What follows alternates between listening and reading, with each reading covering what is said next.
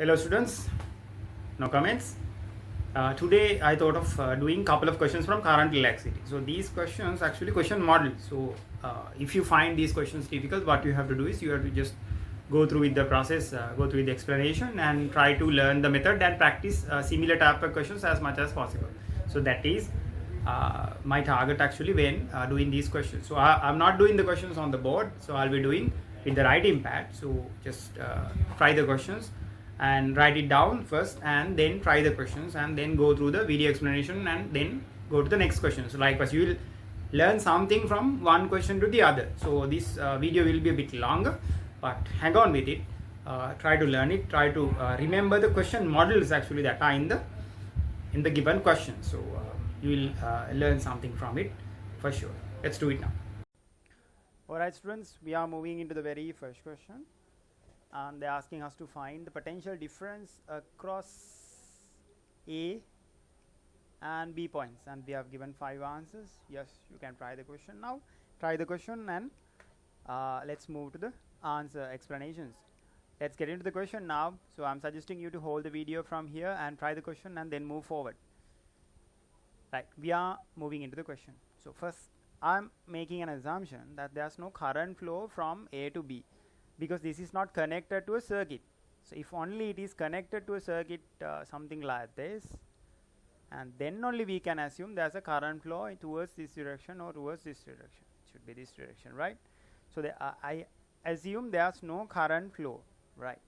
So then what I have to do is we have to get the equivalent EMF value of this battery system, right?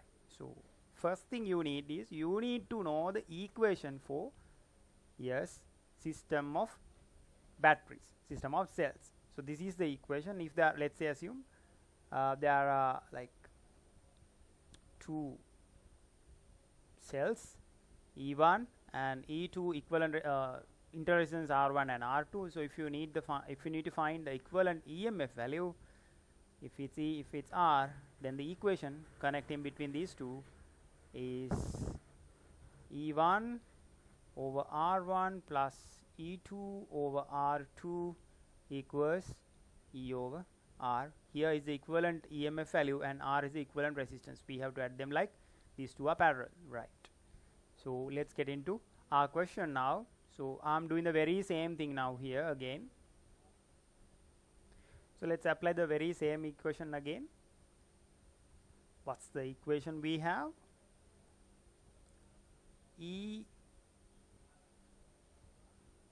E1 over R1 plus E2 over R2 equals E over R, right? So I'm writing the same. Then 1 over 1 plus the second one, it's 2 over 1, and the third one, of course, it's 3 over 1. E, of course, we don't know. R we can find, right? So let's apply in parallel method all three resistors. So it's 1 over 1 plus 1 over 1, again 1 over 1 equals 1 over R.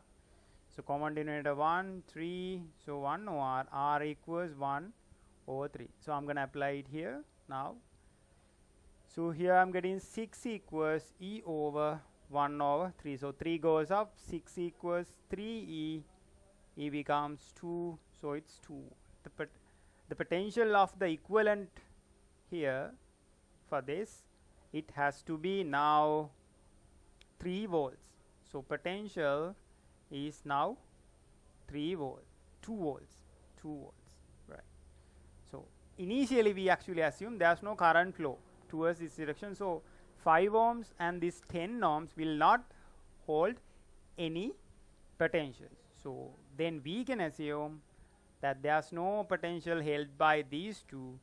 So the resistor,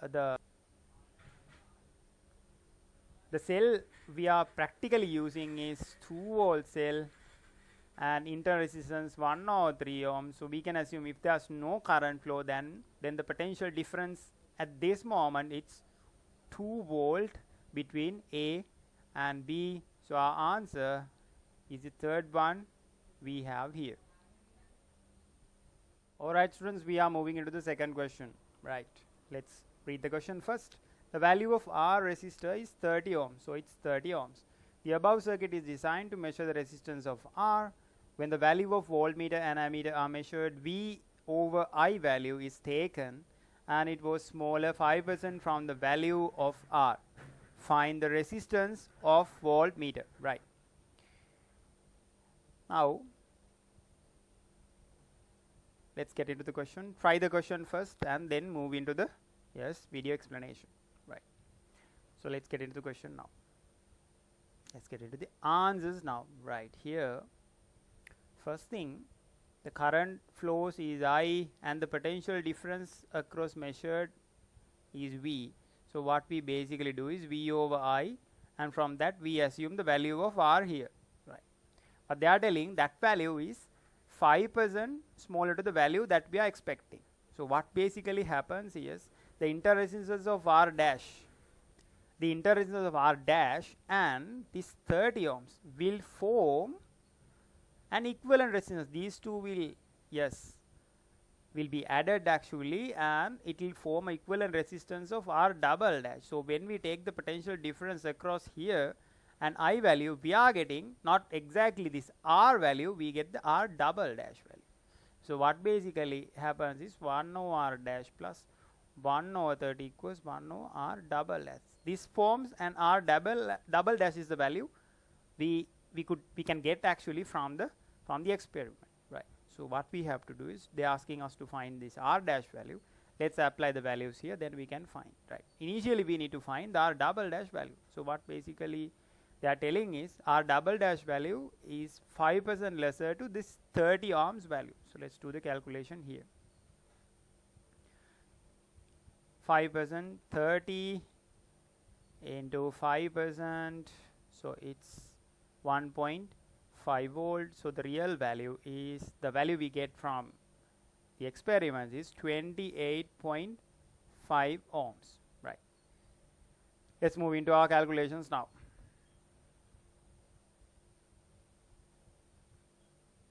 One over R plus 1 over R dash equals 1 over R double dash. So 1 over R we know it's 30, and 1 over R dash, that's what we are supposed to find. R dash is 1, R double dash is 28.5. Let's do the simplification now. 1 over R dash equals 1 over 28.5 minus 1 over 30. Let's take the common denominator and do the simplification. 1 over 28.5 minus 1 over 30. So I'm going to take it as the common denominator 28.5 into 30 and 20. Yes, here we get 30 minus 28.5 equals R double dash. R dash, right? Okay. Then it's 1.5 over 28.5 into 30 is R dash. 1.5, 30 I can cancel off, and then I'm getting 1 and 20 here. So 20 into 28.5 is 0, 7 and 5. 570. 1 R dash equals 570. Here so I get R dash equals 570 ohms. Let's move into the answers. Yes, we have 570 ohms. Third answer. Right, moving on to the third question. Current electricity, third question. Find the value of current I here. Right. So it's not that much of a tricky question. Just we need to find the equivalent resistance and divide. We have to divide the potential here. Right. Try the question. We are moving into the explanation part. You can hold the video and do the question and move forward. Right. So we need to find I value, and for that we need to find the equivalent resistance. So so I can see there are a couple of points where it's connected by wires. When we see some points connected by wire, we have to know that the potentials are equal at each of these points. So let's I'm going to name couple of points. So this is A and point B. Point A and point B potential is same. Right. So I'm going to name this point as point C. So the cell is in between point A and point C. So and point D. Right. So we have two resistors in AD, and so this the point B and point A is same, so I'm going to name this point as point A as well, right? So between AD we have 2, so I'm going to draw the equation, draw the diagram again. Between point A and D I have 2 resistors. Point A and D I have 2 resistors that are parallel. So I'm going to assume this is point A and this is point D. So it's 2 ohms and 6 ohms, and done. And this resistor 3 ohms, it's in between A and C, right? That point of course we don't know, so let's we know A and C, right? Let's see, there's another point C, A and C. So this is point C. We have 3 ohms resistor, okay. Then we have this, and we have another resistor between D and C. D and C, there's another resistor between D and C, that's 1.5 ohms, right? We have that covered. And finally the cell, cell is in between A and C, so cell is here, right? So that's the diagram we have, and let's draw the path of the current. It goes like this, it goes like, it can go move in this path, or it can move in this path, and it goes like this, right? So now I'm gonna make it bit easier now. So let's draw the restructure the diagram. AC, okay, cell, and from C A we have, from points, it's point AC, right? Between AC we have 3 ohms resistor, right? That's 3 ohms, done. And AD and DC, right? AD we have 2, right? So it's like this, it should be like this, 2 ohms and 6 ohms. This is point D, and between DC of course we have 1.5, right? 1.5. I hope you understand, right? This is the point D, right? Okay, correct, done. Now we can easily calculate the values. Let's do the calculations. Current I, it's 6 volt here. 2 and 6 we can add, of course, you know how to do it. 1 over 2 plus 1 over 6 equals 1 over R. So 1 over R, common denominator 6. It's 3 plus 1. You are getting 6 over 4, 3 over 2, 1.5 is R. So 1.5 plus 1.5, because these two in series, is 3 ohms. 3 and 3, it's easy. Now you can easily connect them. 1 over 3 plus 1 over 3 equals 1 over R. Then 1 over equals 2 over 3, R equals 1.5 ohms. The equivalent resistance is 1.5. So basically we apply V equals IR for this. So 6 divided by 1.5, there it becomes 4 amperes. So our answer, it will be the 4 amperes. First answer.